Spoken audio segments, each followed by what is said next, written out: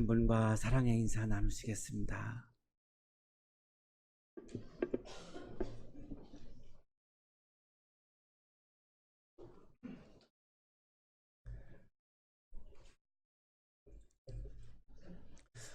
오늘부터 4주 동안 예수 그리스도를 기다리는 대림절이 시작되었습니다. 대라고 하는 말은 기다린다라고 하는 뜻이고, 임은 예수님께서 다시 강림하신다, 오신다, 이래서 우리가 대림절이라고 그렇게 부르고 있습니다. 영어로는 애드벤트인데요. 라틴어 미래를 뜻하는 아드벤투스에서 온 말이 애드벤트, 대림절이라고 하는 그런 용어입니다. 라틴어에서는 미래를 두 가지 단어로 사용을 하고 있습니다. 통상적인 미래는 푸투룸입니다.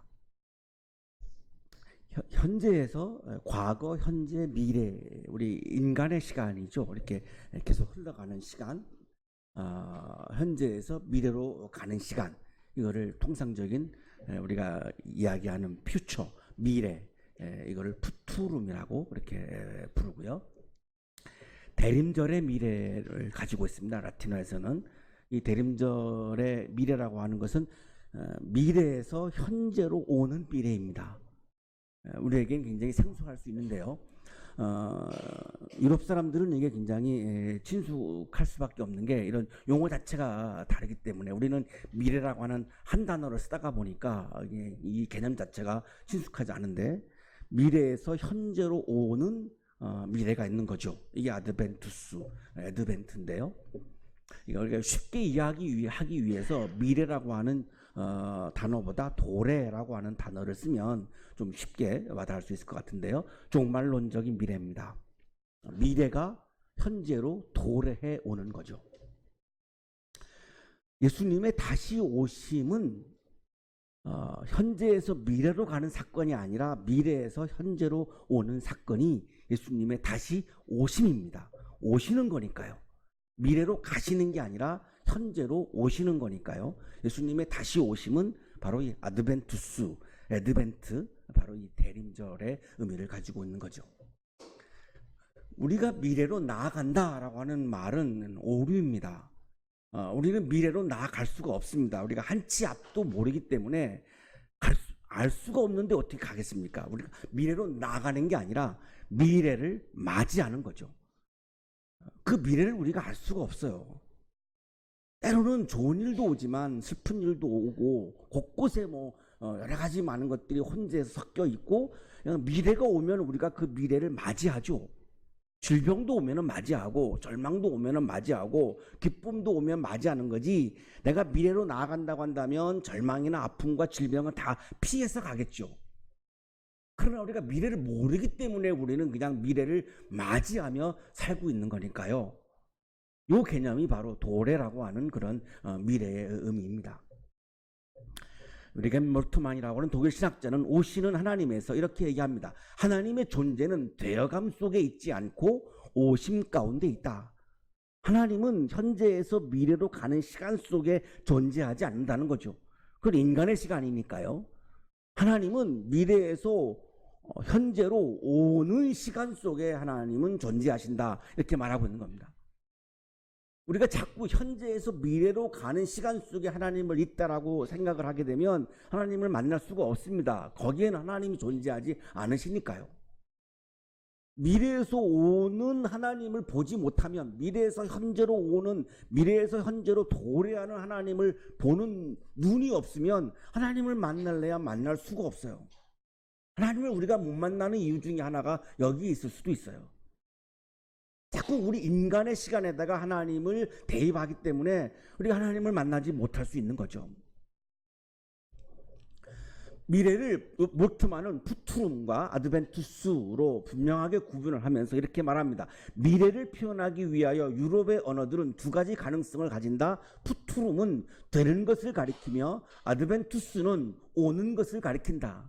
통상적인 미래, 퓨처라고 하는 것은 되는 것이죠. 되어가는 거죠. 비카밍, 되어가는 겁니다. 아드벤투스는 오는 거죠. 하나님은 되어가는 시간 속에는 존재하지 않고 오는 시간 속에 존재한다, 이렇게 말하고 있는 거죠. 독일어 추쿤푸트. 독일 사람들은 미래를 추쿤푸트라고 부르는데요. 이 추쿤푸트는 라틴어 푸트룸의 번역이 아니라 아드벤투스의 번역이다. 독일 사람들이 생각하는 미래라고 하는 개념 자체는 현재에서 미래로 가는 거라고 하는 미래의 개념이 아니라 미래에서 현재로 오는 미래의 개념을 아주 그냥 아예 언어적으로 가지고 있다는 겁니다. 그러니까 독일 사람들의 사고방식 자체가 미래 그러면 미래에서 현재로 오는 미래 이렇게 생각한다는 거죠. 근데 우리는 거꾸로 현재에서 미래로 가는 미래만 생각을 하다가 보니까 미래에서 현재로 오시는 하나님을 만나기가 어려운 거죠.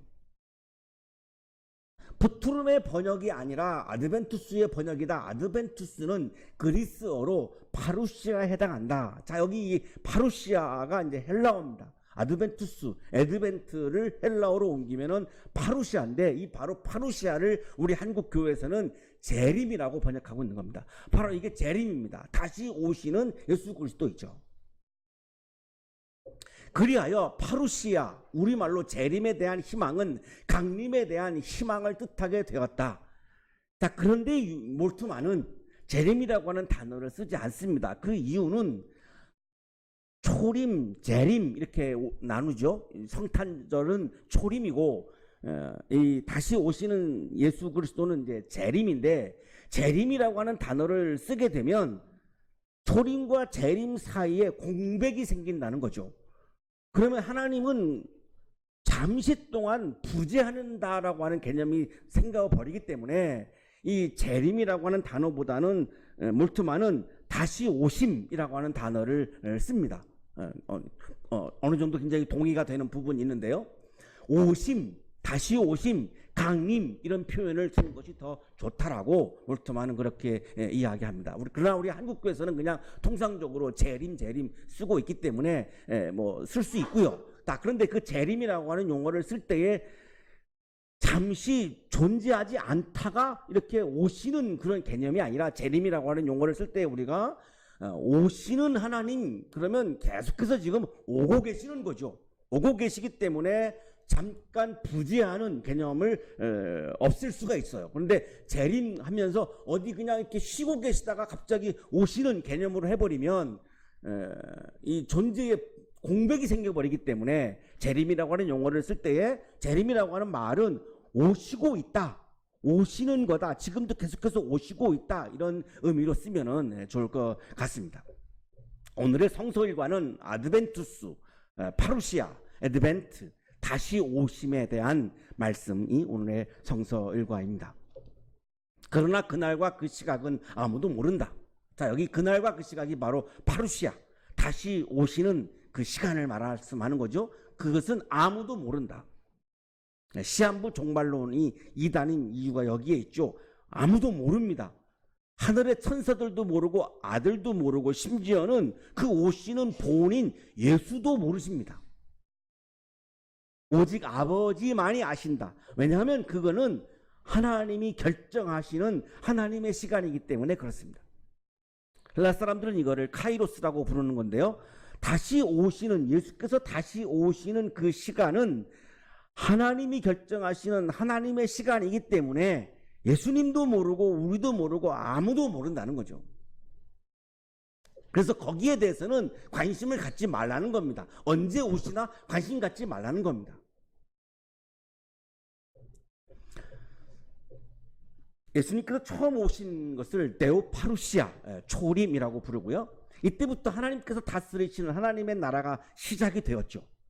예수님께서 공생애를 시작할 때에 맨 처음에 첫 설교를 이렇게 말씀하셨죠. 하나님의 때가 찼다. 하나님의 나라가 가까이 왔다. 회개하여라. 복음을 믿어라. 자, 이 말씀이 바로 뭐냐면 하나님의 나라가 이 땅에서 시작되었다라고 하는 것을 선포하신 거죠. Kingdom has come. 하나님의 나라가 지금 여기에, 지금 여기에, 이 땅에 가까이 왔다. 이게 예수님의 첫 설교예요. 이 땅에서 하나님의 나라가 시작되었다를 선포하신 거예요. 자, 이 부분도, 이 개념도 자꾸 우리가 가는 하나님의 나라에 익숙해져 있기 때문에 오는 하나님의 나라에 대해서 굉장히 이해하기가 어렵습니다. 우리는 그냥 옛날부터 어릴 때부터 계속 죽으면 천당 가다 죽으면 천당 가다 가는 하나님의 나라만 훈련을 받아왔기 때문에 예수님의 말씀은 왔다인데, 하나님의 나라가 여기에 가까이 왔다인데 이거 이해하기가 어렵습니다. 굉장히 낯설어합니다. 그러나 분명한 것은 예수님의 첫 설교는 하나님의 나라가 이 땅에 가까이 왔다, 하나님의 나라가 시작되었다를 선포한 거죠. 초림은, 예수님의 초림은 하나님의 나라를 시작하신 사건인 겁니다. 그러니까 이미 시작이 된 거죠. 근데 완성은 안 됐죠. 그 완성은 언제 되느냐? 바로 그게 그날과 그 시각입니다. 예수님께서 다시 오시는 날, 예수님께서 다시 오시는 시간, 이게 바로 파루시아입니다. 초림은 데오파루시아이고 재림은 파루시아입니다. 파루시아라고 하는 단어는 황제가 어느 지역에 왔다 이럴 때 파루시아를 써왔습니다. 거기서 시작한 용어인데 예수님의 다시 오심을 왜 파루시아로 쓰고 있냐면 하나님의 주권이, 예수 그리스도의 왕권이, 하나님의 주권이 완성되기 때문에 이 파루시아라고 하는 단어를 쓰고 있는 겁니다. 예수님께서 승천하시면서 이렇게 말씀하셨죠. 갈릴리 사람들아 어찌하여 하늘을 쳐다보면서 서 있느냐. 너희를 떠나서 하늘로 올라가신 이 예수는 하늘로 올라가시는 것을 너희가 본 그대로 오실 것이다. 분명히 파루시아, 다시 오심을 분명히 말씀을 하셨는데요. 그런데 시간을 말씀하시지 않으십니다. 이 시간의 의미가 뭐죠? 하나님이 다스리시는, 하나님의 뜻이 하늘에서 이루어진 것처럼 이 땅에서도 이루어지시는 하나님의 나라가 완성되는 날입니다. 예수님의 초림은 하나님의 나라의 시작이고 파루시아, 예수님의 다시 오심 재림은 하나님의 나라가 완성되는 날인데 그것은 이 땅에서 이루어지는 사건입니다. 하나님의 뜻이, 아버지의 뜻이 하늘에서 이루어진 것처럼 땅에서도 이루어지게 하옵소서, 이렇게 기도하셨죠. 예수님의 첫 설교도 하나님의 나라가 가까이 왔다라고 말씀하셨죠. 그런데 왜 자꾸 우리는 죽은 다음 이후에, 이 세상이 다 없어진 다음에 자꾸 재림을 떠올리다 보니까, 그러면 초림과 재림 사이에는 하나님이 안 계시는 거죠. 바로 몰트만이 시작하는 게 이겁니다.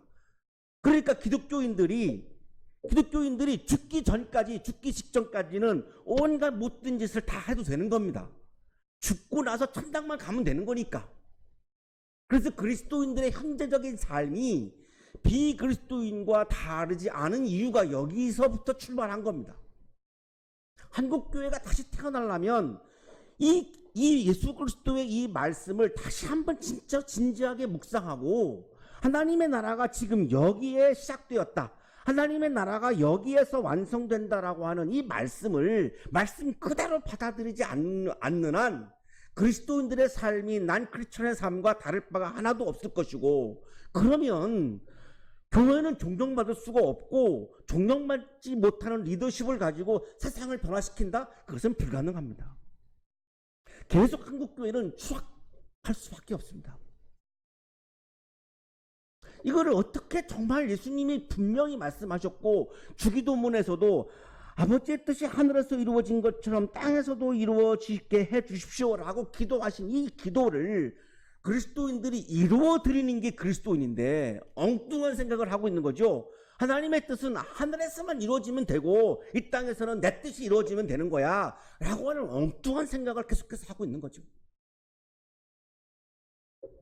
예수님께 제자들에게 처음으로 죽음과 부활을 말씀하시죠. 제자들이 충격을 받습니다. 죽으신다고요? 죽으면 어떡해요?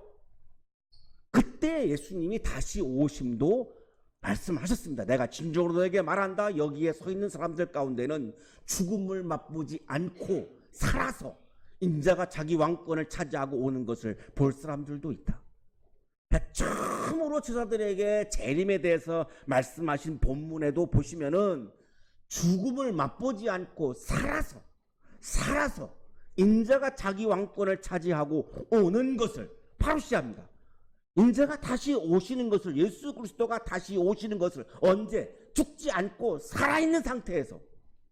이 말씀이 예수님이 제자들에게 처음으로 재림에 대해서 하신 말씀이에요.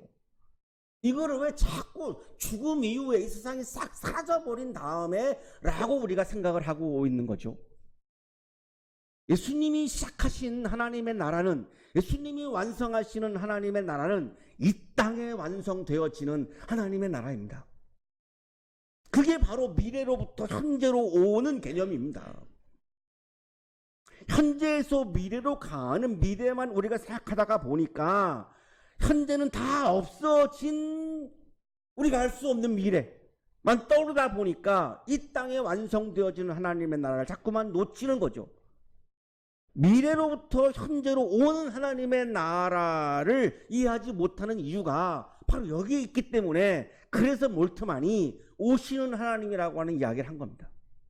하나님은 오시지 어디 가시지 않는다는 거죠. 어디로 오십니까? 여기에 오신다는 거죠. 여기 어디요? 우리가 살고 있는 이 땅에 하나님은 오신다는 거죠. 초림도 하나님은 예수님의 모습으로, 인간의 모습으로 이 땅에 오셨지 어디 다른 세계에 가시지 않았습니다. 재림도 역시 마찬가지죠. 이 땅에 오시는 거죠. 이 땅에 오신다라고 믿지 않으니까, 예수님이 이 땅에 오시지 않으니까 그냥 내 멋대로 내 마음대로 뭐 그냥 막 사는 거죠. 그리스도인들도 그냥 막 사는 거죠. 뭐 어차피 여기 오시지 않는 건데 뭐 막 살았다고 해서 뭐 문제될 게 없는 거죠. 김영봉 교수의 주석입니다. 예수 그리스도는 죽고 부활하신 후 인자로서 재림하실 것이다. 인자의 재림은 인류 역사의 완성을 의미한다. 인류 역사예요. 인류 역사가 끝난 다음이 아니라 인류 역사 안에서 하나님의 나라가 이 안에 완성되는 것을 의미한다. 그런데 그 시간은, 하나님이 오시는 그 시간, 예수 그리스도가 왕으로 오시는 그 시간은 하나님만이 아시고 아무도 모른다는 거죠. 그래서 우리는 긴장할 수밖에 없는 거죠.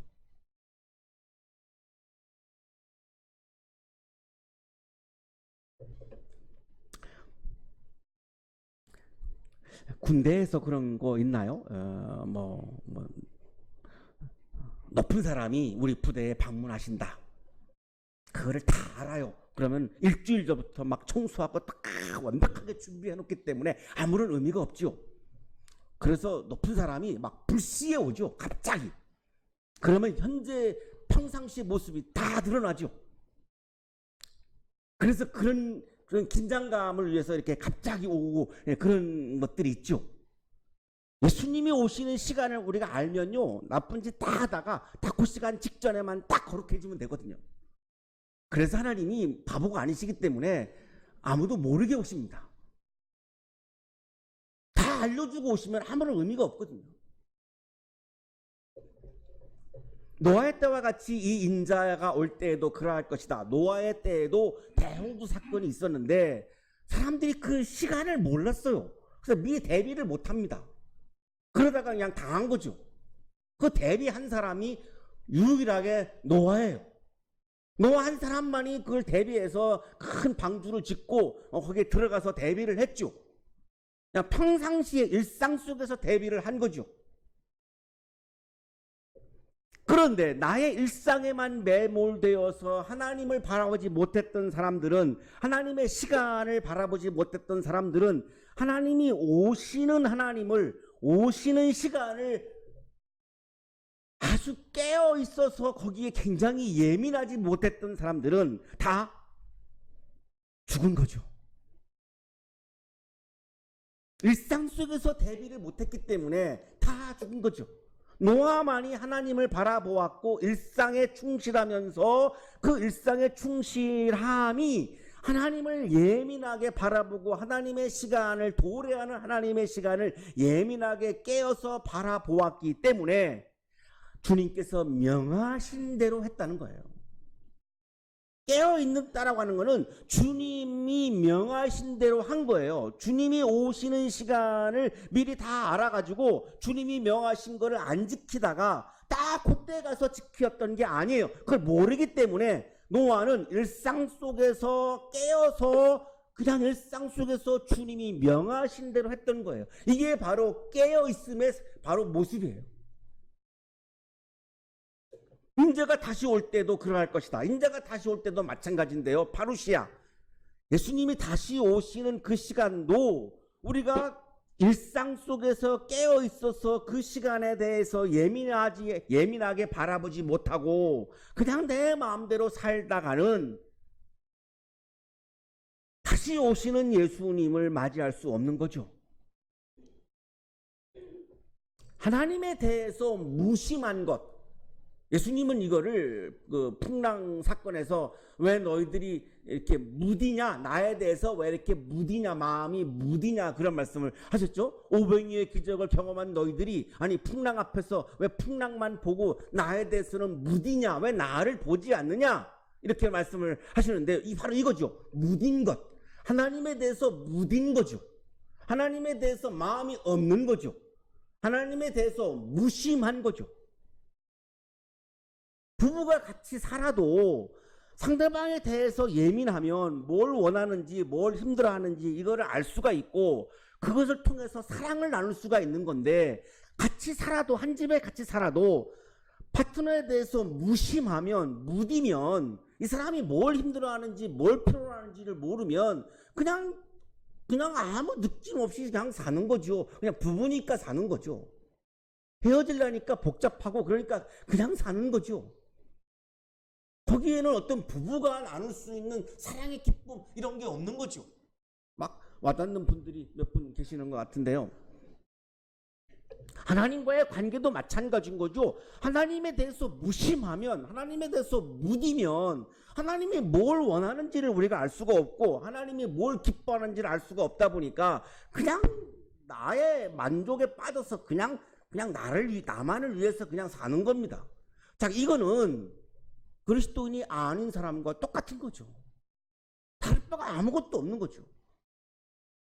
하나님을 믿는다라고 하는 것은 교회를 다니는 것을 말하는 것이 아니라 하나님에 대해서 예민한 걸 말하는 거죠. 하나님이 뭘 원하시는가, 하나님이 뭘 기뻐하시는가, 이 내 마음이 거기에 대해서 굉장히 예민해야 되는 거죠. 이거를 오늘 예수님이 깨어 있어라 이렇게 말씀하시는 거죠.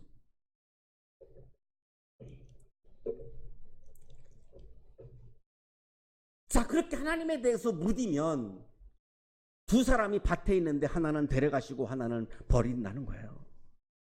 예수님이 다시 오실 때에 하나님에 대해서 무딘 사람들은 어차피 자기 마음대로 살았으니까, 그래? 그러면 뭐 어차피 계속해서 네 마음대로 산 거니까 너하고 나하고는 관계가 없잖아. 그래서 그냥 내버려 두시는 거고, 하나님에 대해서 굉장히 깨어있는 사람들은, 하나님에 대해서 애절한 마음이 있는 사람, 예민한 마음이 있는 사람들은 너는 나를 굉장히 사랑했잖아. 그러니까 내가 너를 데리고 갈게. 이렇게 하신다는 거예요. 이거를 우리가 심판이라고 말하는 거예요. 간단해요. 심판은 바로 이거예요. 두 여자가 맷돌을 갈고 있을 터이나 하나는 데려가고 하나는 버려둘 것이다. 두 여성이 막 맷돌을 갈고 있는데 하나님에 대해서 굉장히 마음을 막 예민했던 여성은 데려가시는 거고, 그냥 자기 마음대로 살아가는 사람은 너는 나하고 관계가 없으니까 그냥 너는 남아있어 라고 하신다는 거죠. 그러므로 깨어 있어라. 오늘 성서일과의 아주 핵심 말씀인데요. 너희는 깨어 있어라. 헬라어 성서에 그레고리 에이테라고 되어 있는데요. watch예요. 깨어 있어라고 하는 것은 하나님을 보는 거를 말하는 거죠. 내 시선이 하나님을 향하는 거, 이거를 영성신학에서 관상이라고 부르는데요. 관상 본다라고 하는 것 때문에 이 관성을 굉장히 한국교회가 터부시하고, 그 아주 유명한 이동원 목사님이라고 하는 분이 관상 기도를 시작하셨다가 굉장히 언론에서 막 포탄을 맞고 그냥 접으셨죠. 근데 왜 그분이 관상 기도를 시작하셨을까? 이거를 아신 거예요. 하나님을 바라보는 거가 없이 어떻게 기도를 할 수 있는가? 하나님을 바라보는 게 먼저고 그게 전제인데 이거 우리가 지금 놓치고 있다 이렇게 해서 했다가 막 여론에서 두들겨 맞고 이거를 그냥 접으셨더라고요. 아쉽지만. 자, 그런데 어쨌든 분명한 것은 하나님을 바라보라는 거예요. 깨어 있어라라고 하는 말씀은 하나님을 바라보아라 이거예요. 관상은 라틴어로 콘템플라치오인데요. 나의 시선이 하나님을 향하는 것, 하나님이 좋아서 내가 하나님을 바라보는 것, 하나님과 깊은 교제를 나누는 것, 이거예요. 내가 배우자에게 깨어있다라고 하는 거는 뭐죠? 내가 그냥 배우자를 그냥 자꾸 보는 거예요. 나도 모르게 자꾸 좋아서 자꾸 보는 거예요. 딴 데 보는 게 아니라 자꾸 내가 배우자를 보는 거예요. 배우자가 앞에 있어도 딴 데 보는 분들이 있잖아요. 일부러. 그냥 보면 힘드니까. 무섭고 막 힘드니까. 일부러 TV 막 켜고 막 또 옆에서 막 잔소리하니까 TV 소리 볼륨 막 키우고. 여러분이 속으로 어떻게 이렇게 리얼하게 얘기를 하세요? 뭐 다 눈치채신 거죠. 예, 예. 저도 그런 경험이 있으니까 지금 이렇게 리얼하게 얘기하잖아요. 그건 사랑이 아니잖아요. 사랑은 그냥 자꾸 보고 싶은 거죠. 보고 싶고 또 보고 싶고 또 보고 싶고, 그죠? 그게 사랑이잖아요. 우리가 하나님을 사랑한다라고 하는 말은 자꾸 하나님을 보고 싶은 거예요. 자꾸 하나님을 보는 거예요. 내 시선이 하나님을 향하는, 이게 바로 깨어 있는 거예요. 이게 깨어 있는 거예요. 일상에 파묻혀 있으면 하나님을 바라보지 못하죠. 일 중독인 남성들이 잘 아내를 못 보죠. 일에 빠져 있으니까. 자, 그런데 일상을 버리고 예배당에 나오는 것이 그럼 하나님을 바라보는 것이다, 이렇게 또 주장하는 목사님들이 계시는데, 일상을 버리고 예배당에 나오는 것은 하나님을 바라보는 게 아니에요. 일상에 충실해야죠. 그리스도인들이 일상에서 충실해서 직장에서 야, 역시 참 그리스도인은 다르다라고 하는 평가를 받아야지. 새벽기도 갔다 왔다고 해서 낮에 계속 직장에서 졸면 굉장히 비난받죠. 차라리 그럴 거면 새벽기도 안 하는 게 나아요. 일상을 살면서 하나님을 바라보는 거죠. 일상을 하나님의 뜻에 맞추어 사는 것, 이게 깨어있는 상태예요. 예를 들면 선생님이 제자들을 다 내팽개치고 나는 하나님을 바라볼 거야 이러면서 매일 예배당에 나와 있어. 제자들은 다 내팽개치고 그냥 매일같이 예배당에 나와 있어요. 그건 하나님을 바라보는 게 아니죠. 교실에서 나의 지식을 자랑하는 마음이 아니라 사랑하라고 하는 주님의 말씀을 계속 묵상하고 주님을 바라보면서 주님의 말씀을 따라서 제자들을 사랑하는 마음으로 교육하는 것이 바로 깨어있는 상태인 거죠. 이걸 자꾸 교회 중심적으로 설교를 하다가 보니까 일상은 다 내팽개치고 매일 일주일 내내 교회로 와라 하다가 보니까 일상에 충실하지 못한 그리스도인이 되어버렸어요. 하나님이 원하시는 것은 그게 아니죠. 음식점을 하시는 분들이 음식점 문을 닫고 매일 예배당에 나와요. 그게 과연 하나님을 바라보는 걸까요? 음식점에서 이웃을 사랑하라고 하는 주님의 말씀을 묵상하면서 손님을 정말로 사랑하는 마음으로 음식을 정성으로 준비하는 것, 그것이 깨어있는 상태예요. 목사가 교회 성장을 목표로 삼고 교인을 사랑의 대상으로 삼지 않고 교회 성장의 도구로 생각하는 것은 하나님을 바라보는 게 아니죠. 왜 매일같이 교회로 오게 할까요? 목사님들이 교회 성장 때문에 그러는 거예요. 일상에 충실하게 해드려야죠. 일상에 충실할 수 있도록 격려해야죠. 교회가 교회로 오라고 일주일 내내 교회 오라고 붙잡아 놓는 게 아니라, 하나님을 바라보는 것은, 교회 성장을 위해서 복음을 왜곡하는 것은 교회만 바라보고 하나님을 바라보는 게 아니잖아요. 하나님을 사랑하라고 하는 말씀을 따라서 하나님을 사랑하는 마음으로 하나님의 마음을, 말씀 속에 담겨있는 하나님의 마음을 그대로 전하는 것이 깨어있는 거죠. 목사가 그래야 하는 거죠. 김영봉 교수의 주석입니다. 늘 깨어있다는 말은 무슨 뜻인가? 그것은 예수 그리스도를 통하여 하나님과 늘 살아있는 관계를 가지고 살아간다는 뜻이다. 내가 하나님과 살아있는 관계를 가지고 일상 속에서 충실하게 내가 해야 할 일들을 내가 하는 거예요. 그리스도의 말씀을 따라서. 그게 바로 깨어있는 거예요.